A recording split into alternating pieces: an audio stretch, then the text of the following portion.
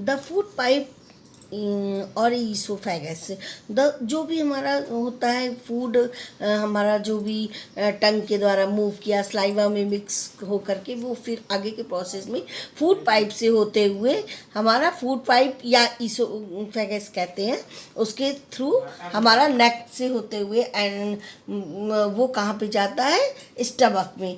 Food is push down by movement of the wall of the food pipe, कि इसमें आपका food जो हमारा है ट्यूब से, फूड पाइप से होते हुए सीधा स्टमक की ओर कुछ मूवमेंट होता है वॉल के अंदर, उस मूवमेंट के थ्रू वो नीचे तक जाता है। Actually this movement take place throughout the alimentary canal and pushes the food downward. जो ये मूवमेंट होता है उसके अकॉर्डिंग, मतलब जब वो होगा उसी के थ्रू आउट, मतलब वो जो डाउनवर्ड पोर्शन में वो चला जाएगा food. At times the food is not accepted by our stomach and is vomited out. अगर जब फूड अंदर की ओर हमारा स्टमक में नहीं जाता है तो वो क्या होता है, तब हमें वोमिटिंग जैसा फील होगा और वो वोमिट हो करके आगे की ओर निकल जाएगा।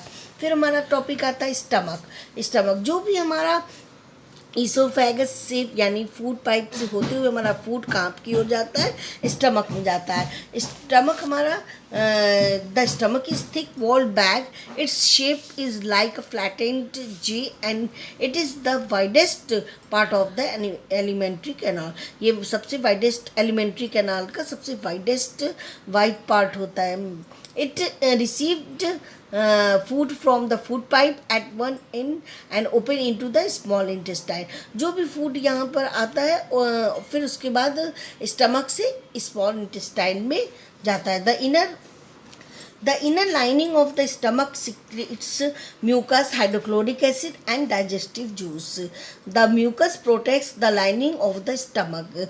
inner जब हमारा स्टमक में जाता है तो इसमें हमारा कुछ जैसे हाइड्रोक्लोरिक एसिड, म्यूकस स्टमक के अंदर सिक्रीट होता है जो हमारा डाइजेस्टिव जूस होता है। The mucus protect the lining of the, मतलब जो भी स्टमक का जो वॉल होता है उसको प्रोटेक्ट करने का काम हमारा म्यूकस करता है। The acid kill many bacteria then enter along with the food and make the medium in the stomach acidic। जो भी हमारा मान लीजिए कि ये डाइजेस्टिव जूस जो होता है स्टमक के अंदर बैक्टीरिया को किल करने का काम करता है, और ये जो हमारा स्टमक के अंदर का जो मीडियम होता है वो एसिडिक होता है and helps the digestive juice to act. The digestive juice break down the proteins into simpler substances. यहाँ पर क्या होता है कि जो डाइजेस्टिव जूस होता है वो प्रोटीन्स को सिंपल फॉर्म में चेंज करता है। The small intestine is highly coiled and is about 7.5 meters long. It receive secretion from the liver and the pancreas. इसमें क्या होता है, इस स्मॉल इंटेस्टाइन में लीवर और पेनक्रियाज होता है जो कि कुछ जूस को सिक्रीट्स करते हैं। The liver is reddish brown gland situated in the upper part of the abdomen on the right side. Stomach ये रेडिश ब्राउन कलर का ग्लैंड होता है जो upper part of the abdomen के राइट साइड के upper part पे मतलब ये प्रेजेंट होता है। It is the largest gland in the body, ये बॉडी का सबसे लार्जेस्ट ग्लैंड होता है। इट सिक्रेट्स बाइल जूस और that is stored in a sac called the gall bladder. ये बाइल जूस को सिक्रेट करता है, लीवर बाइल जूस को सिक्रेट करता है जो कहाँ प्रेजेंट होता है, गॉल ब्लैडर में। The bile plays an important role in the digestion of fat. और ये जो बाइल होता है इसका एक इम्पॉर्टेंट रोल होता है फैट्स को के डाइजेशन के लिए।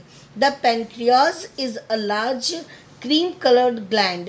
जो located just below the stomach, stomach के ठीक नीचे हमारा जो ये पेनक्रियाज होता है वो लोकेटेड होता है, जो क्रीम कलर का होता है। The pancreatic juice act on carbohydrate, fats and protein and changes from the simpler form.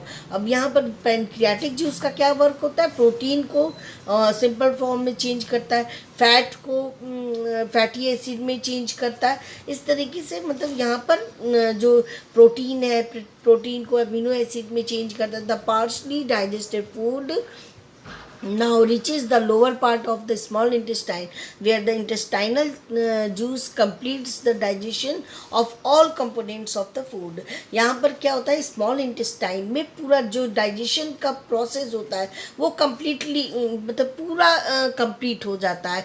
The carbohydrate gets broken into the simpler sugar such as glucose, carbohydrate glucose में change होता है, fat fatty acid and glycerol में होता है, और protein किस में break होता है, तो एमिनो एसिड में होता है।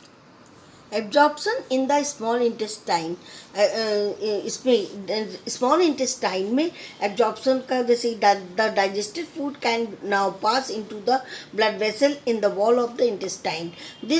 This process is called absorption. मतलब जितने भी फूड का जब कंप्लीट डाइजेशन होता है तो इसमें एक फिंगर लाइक स्ट्रक्चर होता है स्मॉल इंटेस्टाइन में, जो विली कहलाता है।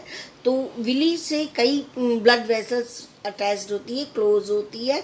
तो जितना भी न्यूट्रिएंट्स जो होता है वो इसमें एब्जॉर्ब करके इन्हीं ब्लड वेसल के थ्रू पूरे बॉडी के जो पूरा पार्ट होता है, सेल में, टिश्यू में, सारे में ये पहुंचाने का काम विली के थ्रू होता है।